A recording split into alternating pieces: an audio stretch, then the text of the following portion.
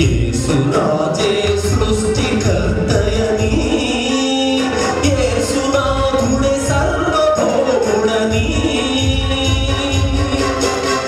యేసురాజే సృష్టికర్తయని, యేసునాథుడే సర్వభౌముడని, అంతరిక్షము చెప్పలేదా ఆకాశముకు నడుగరాగా, అంతరిక్షము చెప్పలేదా ఆకాశములకు అడుగరాగా, నీ దేవుడే నడుచు నన్నడుగుచున్నాడు, ఎక్కడున్నావని చెప్పను, నేను ఎలా ఉండవని చూపను, ఎక్కడున్నావని చెప్పను, యేసు ఎలా ఉండవని తెలుపను.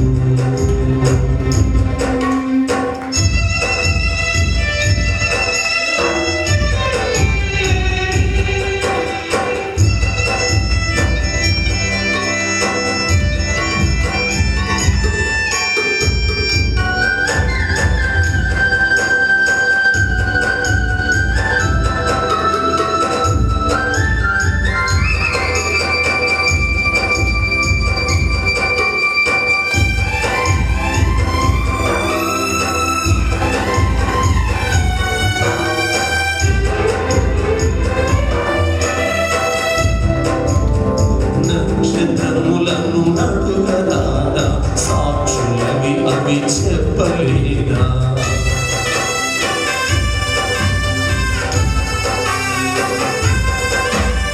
నక్షత్రములను నడుగరాదా సాక్షులవి అవి చెప్పలేదా, యేసురాజే దేవదేవుడని, విశ్వమంతా యేసు చేసెదని, యేసురాజే దేవదేవుడని, విశ్వమంతా యేసు చేసెదని, సాక్షులవి అవి చెప్పలేదా నక్షత్రములను నడుగరాదా, సాక్షులవి అవి చెప్పలేదా నక్షత్రములను నడుగరాగా, నీ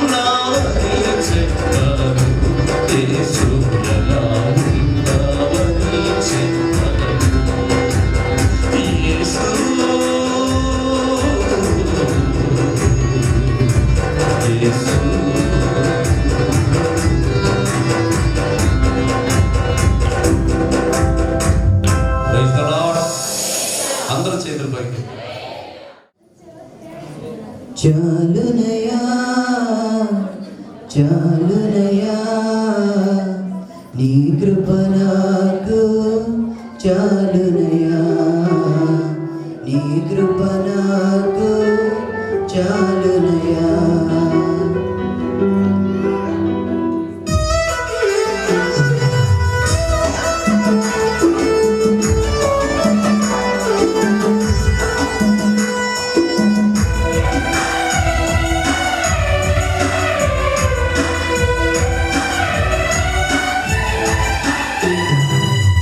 చాలునయా చాలునయా నీ కృప నాకు చాలునయా నీ కృప నాకు చాలునయా ప్రేమమయుడివై ప్రేమించావు కరుణామయుడివై కరుణించావు తల్లిగా లాలించి తండ్రిగా ప్రేమించే ప్రేమ కరుణ నీ కృప చాలు ప్రేమ కరుణ నీ కృప చాలు చాలునయా చాలునయా నీ కృప నాకు చాలునయా నీ కృప నాకు చాలునయా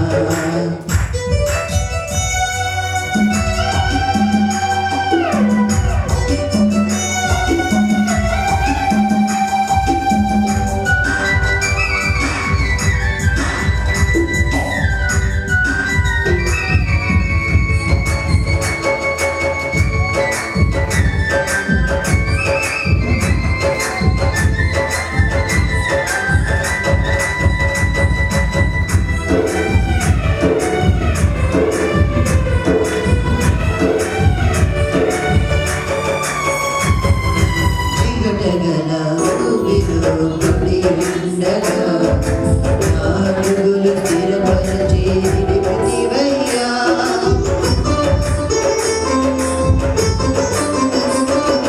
చిగటగల ఊపిలో పడి ఉండగా అడుగులు స్థిరపరచి నిలిపితివయ్యా యేసుతో నన్ను కడుగుము యేసయ్యా హిమము గంటెను తెల్లగా మార్చ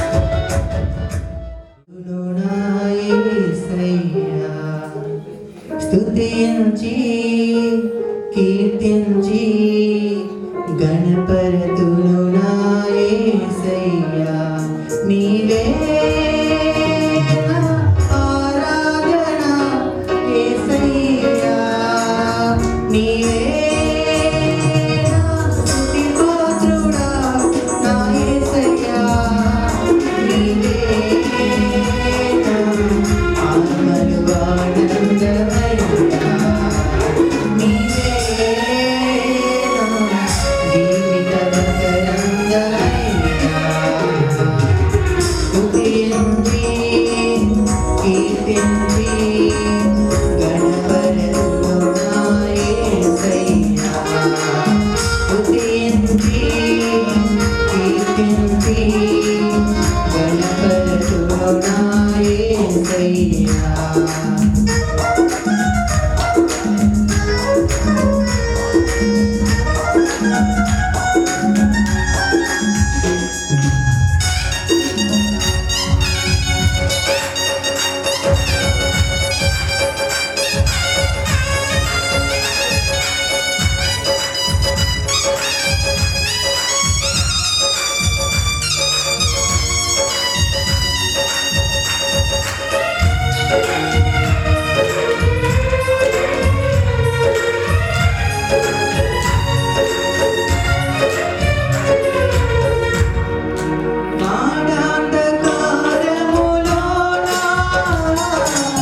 వెలుగై నడిపించినావా అగాధ జలములలోన మార్గం చూపించినావా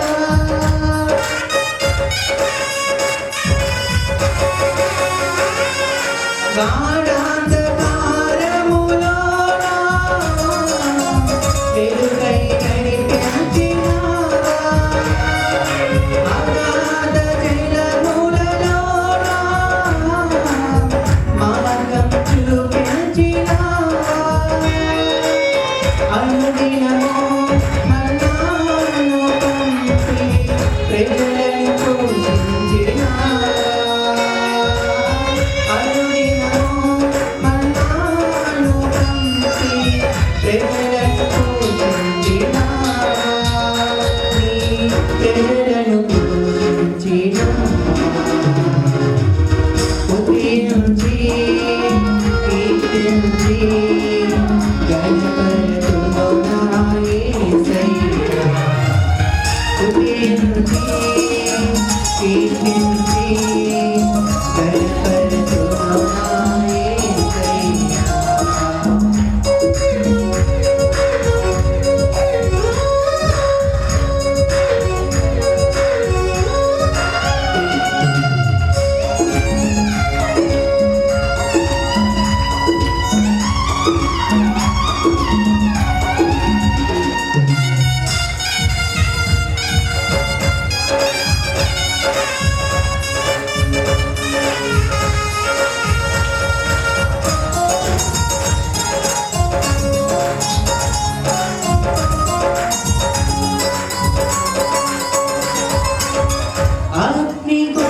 అగ్నిగుండములోని నీవు విడిపించినావు సింహపు నోటి నుండి మరణము తప్పించినావు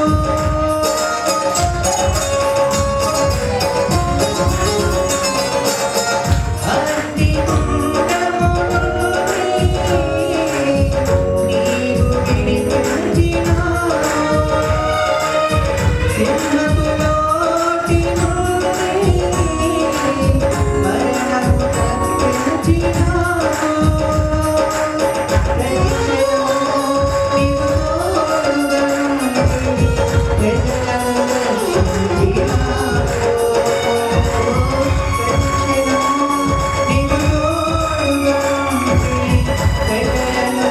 రక్షించినావు ప్రజలను రక్షించినావు స్తుతించి కీర్తించి గణపరతును నా యేసయ్యా స్తుతించి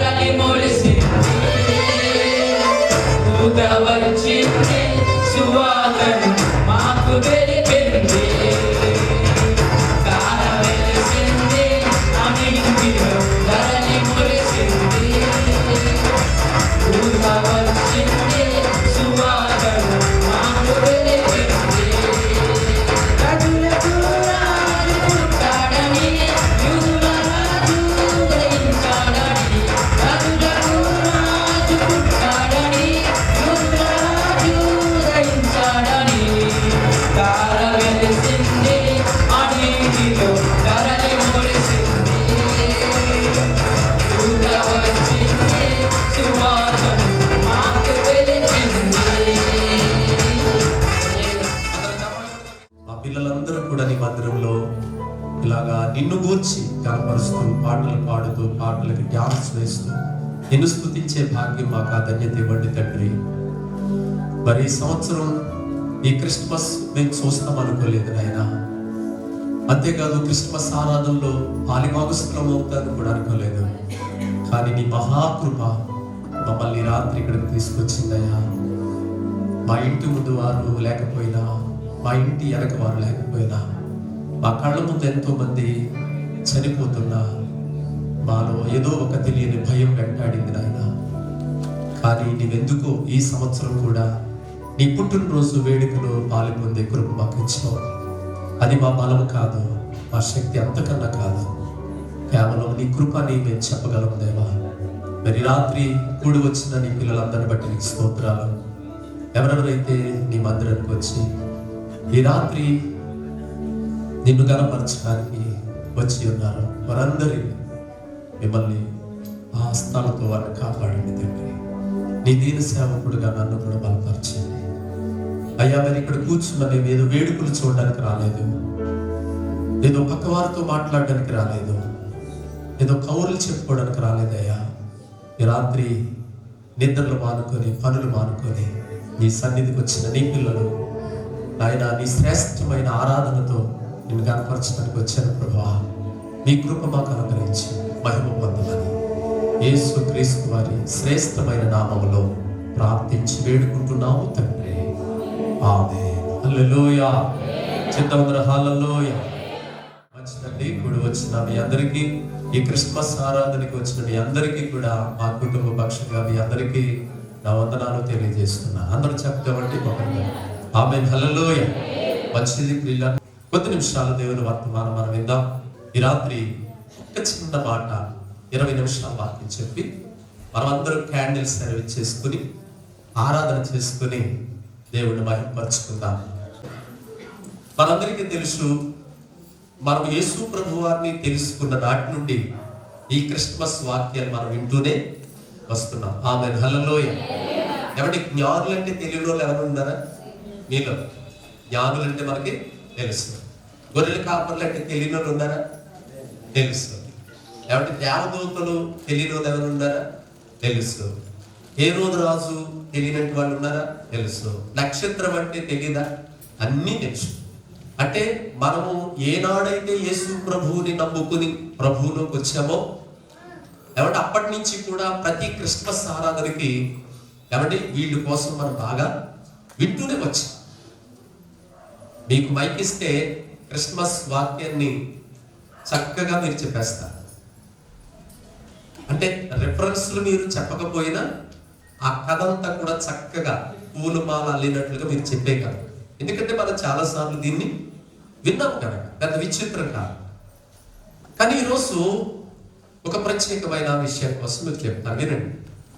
మనము క్రిస్మస్ అనే సమయానికి వచ్చినప్పుడు గొర్రెల కాపర్ల కోసం, జ్ఞానుల కోసం, నక్షత్రం కోసం, దేవదూత కోసం, ఏమంటే లేకపోతే యేసు ప్రభు వారి కోసం, యేసేపు గూర్చి, మరియమ్మ గారి గూర్చి, ఇలాగ అందరి కోసం మనం వింటూనే వచ్చాం. కానీ ఈ రాత్రి నేను ఒక కొత్త విషయాన్ని, అంటే మీకు కొత్త విషయం అంటే మీకు తెలియదని కాదు, మీకు తెలుసు. ఇందులో ఏమండి ఈ క్రిస్మస్ అనే ఈ స్టోరీలో, ఈ క్రిస్మస్ అనే ఈ వింగులో ఎంతమంది పాలిభాగస్తులు అయ్యారంటే, మొట్టమొదట చెప్పండి, మరియమ్మ గారు, యేసేపు గారు, దేవదూత గారు, గొర్రెల కాపర్లు, జ్ఞానులు, హేరోదు రాజు, చెప్పండి ఇంకెవరున్నారు? దేవదూతలు. ఎవరు? వీళ్ళందరూ కూడా ఈ క్రిస్మస్ స్టోరీలో మిళితమై ఉంటారు. ఎవరు? వీళ్ళందరినీ కలుపుకొని అక్కడ ఏం జరిగింది? క్రిస్మస్ ఆరాధన జరిగింది. ఈ రాత్రి మీతో నేను చెప్పాలనుకున్నది ఏంటంటే, జ్ఞానుల కోసం చెప్పాలనుకుంటున్నాను. దేవునికి స్తోత్రం. చెప్పండి గట్టిగా హల్లెలూయా. ఏమండి ఈ జ్ఞానులు ఎవరు అని ఆలోచిస్తే, పారాసీకపు దేశపు జ్ఞానులు, పారాదేశపు జ్ఞానులు. అంటే ఈ పారాసీకులు అనే వాళ్ళు చాలా తెలివైన వారు. అంటే వీళ్ళకి ఖగోళ శాస్త్రము, జ్యోతియ శాస్త్రము వీళ్ళు బాగా ఒంటి పట్టించిన వాళ్ళు. అందుకే వీరు ప్రపంచములోనే మహాజ్ఞానులుగా పిలువబడుతున్నారు. అంటే ఇశ్రాయేలీలు అంటే వారు ఎంతటి వారంటే, ఇశ్రాయేలు దేశము చాలా చిన్నదైనా, ఇశ్రాయేలు దేశస్థులు చాలా కొద్దివారైనా, ప్రపంచములోనే వాళ్ళంత గొప్ప తెలివైన వారు మరొకరు లేరట. దేవునికి స్తోత్రం. హల్లెలూయా. ప్రపంచంలో 140 దేశాలు ఉన్నాయి. 140 దేశాలలో ఈ ఇశ్రాయేలు అనే దేశం చాలా చిన్నది, భూభాగం చాలా చిన్నది. అంతేకాదు ఆ ఇశ్రాయేలు దేశంలో నివసిస్తున్న ఇశ్రాయేలీలు కూడా చాలా బలమైన వాళ్ళు, చాలా తెలివైన వాళ్ళు. నిజంగా ఒక మాట చెప్తా, ఇశ్రాయేలు దేశంలో ప్రతి పౌరుడికి కూడా ఒక బాధ్యతను ఆ గవర్నమెంట్ వారు అప్పగించారు. ఏమిటో తెలుసా? ఆ ప్రభుత్వం వారు, ఆ దేశస్తుల్లో ఎవరైనా స్త్రీ గాని పురుషులు గాని పుట్టినట్లయితే వారు యవ్వన వయసు వచ్చేటప్పటికి ప్రతి ఒక్కరు కూడా, అది స్త్రీ అయినా పురుషులైనా, మిలిటరీలో తప్పనిసరిగా ఆడవాళ్ళైతే 2 సంవత్సరాలు పనిచేయాలి, మగవాళ్ళైతే 3 సంవత్సరాలు పనిచేయాలి. అర్థమవుతుందండి? స్త్రీలైతే ఎన్ని సంవత్సరాలు? 2 సంవత్సరాలు. పురుషులైతే వీళ్ళు మిలిటరీలో తప్పనిసరిగా వారు పనిచేసి తీరాలి. నేను పని చేయనంటే కుదరదు. నేను మిలిటరీలోకి వెళ్ళి గన్న పట్టుకోను, నేను ఫ్యాన్ కింద ఉద్యోగం చేస్తాను, నేను పెళ్లి చేసుకుని పిల్లలు కంటాను అంటే కుదరదు. వాళ్ళకి ఒక రూల్ ఉంది. ఇశ్రాయేలు దేశంలో స్త్రీ పుట్టినా పురుషులు పుట్టినా ఎవరి వయసు వచ్చేటప్పటికి స్త్రీలు 2 సంవత్సరాల మిలిటరీలో పనిచేయాలి, పురుషులు 3 సంవత్సరాల మిలిటరీలో పనిచేయాలి. అది వారి యొక్క దేశంలో ఉన్న కర్తవ్యం. మనకైతే అలాంటి నిబంధనలు మనకి లేవు. మీకు ఇంకోటి తెలుసా? ఇశ్రాయేలు దేశంలో ఒక స్త్రీ, ఒక యవనస్తురాలు మిలిటరీలో పనిచేసిందంటే ఒక్క స్త్రీ 50 మంది పురుషులు కూడా అవలీలంగా కొట్టి చంపేయగలరు. అంత కమాండింగ్ గా ఉంటుంది, అంత శక్తివంతమైన తెలివైన వాళ్ళు. అలాంటి పారసీక దేశములో నుంచి వచ్చిన వాళ్ళే ఈ జ్ఞానులు. దేవునికి స్తోత్రం. ఈ జ్ఞానులు అలాంటి ఇశ్రాయేలు దేశపు వంశములోంచి వచ్చిన వాళ్ళు వీళ్ళు. వీళ్ళకి ఎటువంటి నాలెడ్జ్ ఉందంటే ఖగోళ శాస్త్రం మీద మంచి పట్టున్న వాళ్ళు. రెండోది జ్యోతిష శాస్త్రం మీద కూడా మంచి పట్టున్న వాళ్ళు. ఒకరోజు ఆ పారసీక దేశస్తుల్లో ఏమండి ఆకాశంలో ఒక నక్షత్రం వెలిసింది. వెలవగానే ఆ పారసీక దేశస్తులైన జ్ఞానులు దాన్ని చూచారు. అమ్మ వింటున్నారా తల్లి? బాబు వింటున్నారా? కొద్ది నిమిషాలు, 20 నిమిషాలు చెప్తాను. ఇది చాలా ఇంపార్టెంట్ వర్డ్స్, మీరు పట్టుకోండి. ఆ ఖగోళ శాస్త్రాన్ని, ఆ జ్యోతియ శాస్త్రాన్ని బాగా ఒంటి పట్టించిన ఈ జ్ఞానులు ఆకాశంలో నక్షత్రం వెలగానే ఈ జ్ఞానుల యొక్క చూపు దాని మీద పడింది. దేవునికి స్తోత్రం. అంటే ఈ నక్షత్రాన్ని ఎవరు చూడాలో వాళ్ళే చూశారు. దేవునికి స్తోత్రం. ఏమండి అందరూ చూచిన దాని విలువ వీళ్ళకి తెలియదు. మనలాంటోళ్ళు ఆ నక్షత్రం కనబడింది అనుకోండి, మనలాంటోళ్ళకి మనం ఏం చేస్తాం? తోక సొక్క వచ్చిందిరా అంట. ఏం సొక్క? కాస్త ఉల్క పడిపోతుందిరా అంటాం. దాని విలువ మనకి న్యాయంగా చెప్తాం. అంటే దాని విలువ తెలియాలంటే మనకేం తెలిసి ఉండాలి? ఖగోళ శాస్త్రము తెలిసి ఉండాలి, లేకపోతే జ్యోతియ శాస్త్రము తెలిసి ఉండాలి. అప్పుడు ఆ నక్షత్రం ఎందుకు వచ్చిందో దాని విలువ ఏంటో మనం, దాని విలువ మనం తెలియకుండా ఎన్ని నక్షత్రాలు చూసినా మనకేమి కాదు. దేవునికి స్తోత్రం.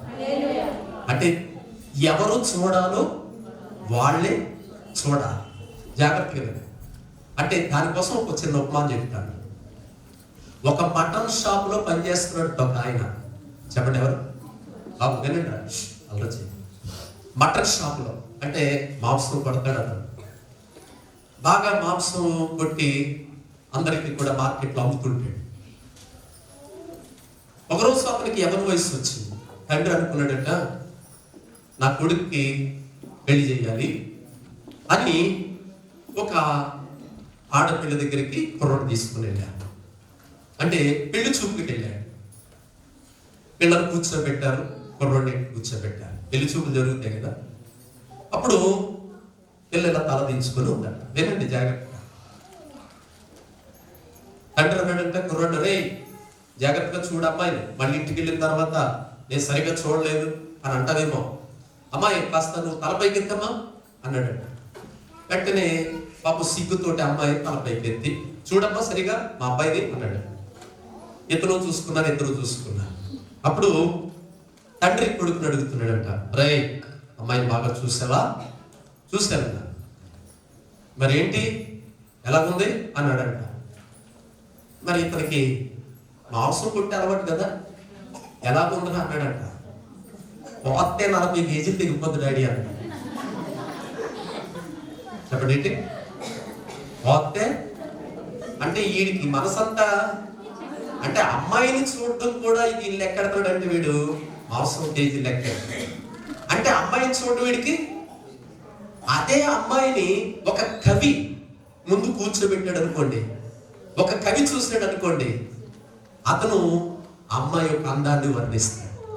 అంటే ఎవరు చూడాలో వాళ్ళే చూడాలని చెప్పడానికి మీకు ఈ మాట చెప్తున్నాను. ఆనాడు ఆకాశంలో ఉన్న నక్షత్రాన్ని ఒకవేళ మనలాంటి వాళ్ళు చూస్తే మనకి దానికోసం ఏమి, అది దానికోసం నేను చెప్తున్నాను. కానీ ఆ నక్షత్రాన్ని ఎవరు చూడాలో వాళ్ళే చూశారు. దేవునికి ఒకసారి స్తోత్రం చెప్పండి గట్టిగా. ఎవరు చూడాలో వాళ్ళే చూశారు. ఆ నక్షత్రం విలువ వాళ్ళకి అర్థమైంది. ఆ నక్షత్రమును వాళ్ళు ఫాలో అవుతూ వాళ్ళు ఎక్కడికి వెళ్ళాలో అక్కడికే వెళ్ళారు. దేవునికి స్తోత్రం. ఇప్పుడు చెప్పండి, ఆ నక్షత్రము ఏ దిశగా ప్రయాణమై వెళుతుందో ఈ జ్ఞానులు కూడా చెప్పండి దాని దర్శగా వెళ్ళారు, దాన్ని ఫాలో అయ్యారు. యేసు ప్రభు వారు బెత్లెహేములో ఏమండి ఆ ఉంటున్న ఆ ఇంటి మీదకి వచ్చి ఆగింది. వెంటనే ఆ జ్ఞానులు కూడా చెప్పండి ఆ లోపటికి వెళ్ళారు. దేవునికి ఒకసారి స్తోత్రం చెప్పండి గట్టిగా. ఇప్పుడు మీకు చెప్పబోయే పాఠం ఏంటంటే, జ్ఞానుల కోసం మీకు చెప్పాలనుకుంటున్నాను కదా, వీళ్ళ కోసం 3 విషయాలు చెప్తాను వినండి. చాలా షార్ట్ మెసేజ్. ఇప్పుడు జ్ఞానులు నక్షత్రమును చూసి యేసు ప్రభు వారు ఏ ఇంట్లో ఉన్నారో ఆ ఇంట్లోనికి వాళ్ళు వెళ్ళిపోయారు. మనందరికీ తెలుసు. ఇప్పుడు జ్ఞానులు ఎక్కడి నుంచో పారశీసిక దేశములో నుంచి ప్రయాణమై వచ్చి బెత్లెహేమ్ అనే ఒక చిన్న పల్లెటూరులోనికి యేసు ప్రభు వారు పుట్టిన ఆ స్థలంలోనికి వెళ్ళి ఆయన ఉంటున్న ఇంట్లోనికి వెళ్ళి వారు చేయవలసిందంతా చేశారు. మొట్టమొదట ఈ జ్ఞానులలో నుంచి మనం నేర్చుకునే మొదటి పాయింట్ ఏమిటంటే, బాగా వినండి.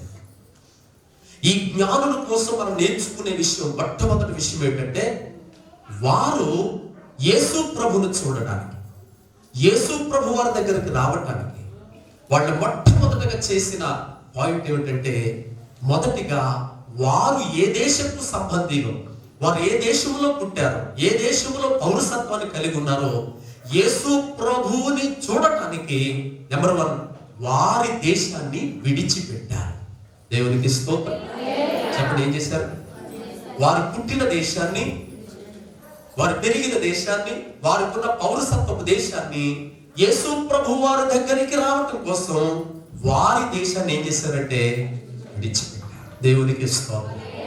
అంటే యేసు దగ్గరకు, అంటే యేసును చూడటానికి వారు చెప్పండి వారి దేశాన్ని విడిచిపెట్టారు. దేవునికి స్తోత్రం. నెంబర్ 1, జ్ఞానులలో మనం నేర్చుకునే మొట్టమొదటి పాయింట్ ఏంటంటే వారి దేశాన్ని విడిచిపెట్టారు.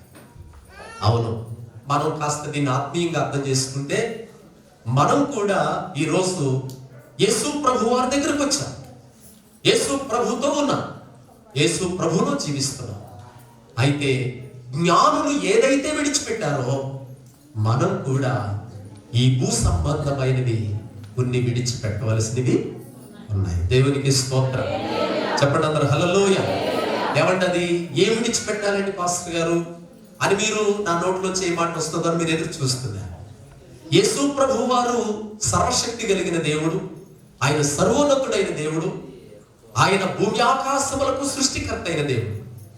అలాంటి దేవుడు ఆ బెత్లెహేము అనే చిన్న పల్లెటూరులో చిన్న ఇంట్లో పుట్టినందుకు జ్ఞానులైన వారు ఏం చేశారో తెలుసా? వారి దేశాన్ని విడిచిపెట్టారు. దేవునికి స్తోత్రం.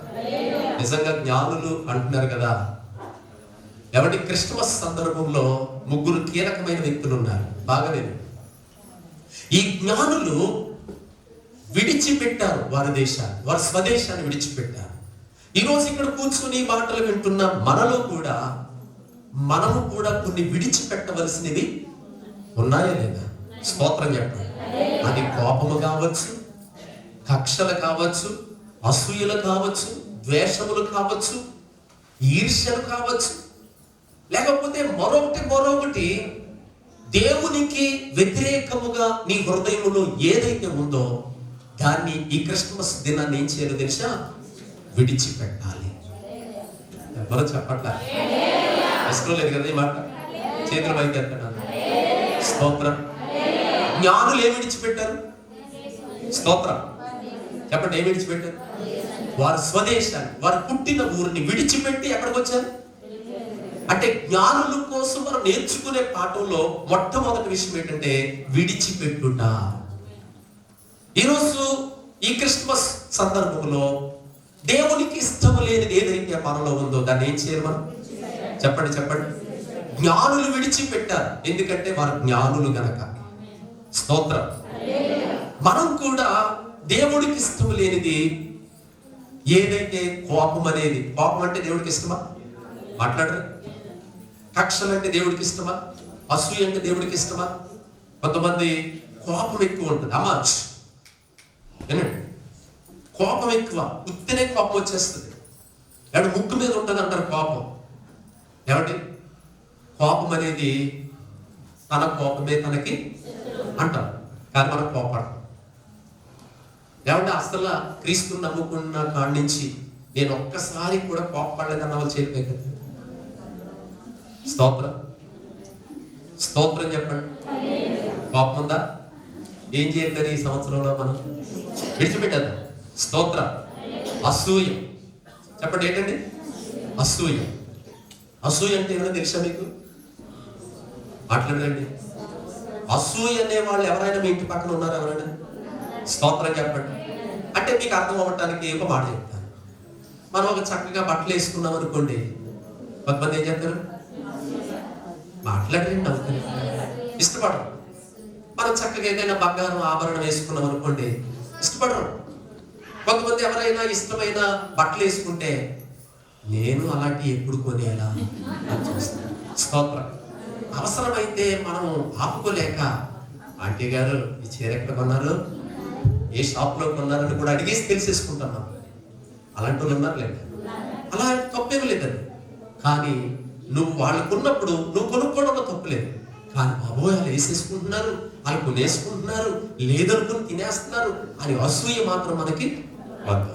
ఒకవేళ దేవుడు నీకు ఇచ్చాడు కదా, అలాంటిదే కొనాలి, ఇలాంటిదే తెచ్చుకో, దేవుడు నీకు ఇస్తాడు. కానీ ఒకరు తింటుంటే, ఒకరు పట్టుకుంటుంటే, ఒకరు ధరించుకుంటే వాళ్ళు చూసి మనం ఎప్పుడు కూడా అసూయ పడకూడదు. దేవునికి స్తోత్రం. కొంతమంది ఎలా ఉంటారంటే వాళ్ళే మంచి బట్టలు వేసుకోవాలి, వాళ్ళే ఆభరణాలు వేసుకోవాలి, వాళ్ళే బాగుండాలి. మిగతా వాళ్ళు ఎవరైనా వాళ్ళకి ఎదురుగా బాగుంటే గ్యాస్ వచ్చేస్తుంది వాళ్ళకి.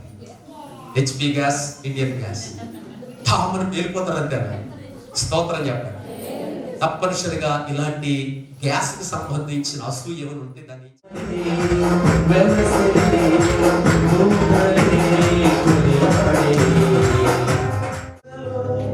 దేవునికి మహిమ తెచ్చిన దినం ఆనందమే ఆశ్చర్యమైన ఈ దినం ఉల్లాసంతో ఉత్సాహంతో ఉప్పొంగలేసిన ఈ దినం ఆనందమే వేసిన ఈ దినం క్రీస్తు జననం ప్రియస్మరణీయం సర్వభూమికి పర్వతీయం క్రీస్తు జననం ప్రియస్మరణీయం సర్వభూమికి పర్వదినం క్రీస్తు జననం నూతనే ఉదయానే క్రీస్తు జననం చిరస్మరణీయం సర్వభూమికి పర్వదినం ఆనందమే ఆశ్చర్యమైన ఈ దినం ఉల్లాసంతో ఉత్సాహంతో ఉప్పొంగు చేసిన ఈ దినం ఆనందమే ఉల్లాసంతో ఉత్సాహంతో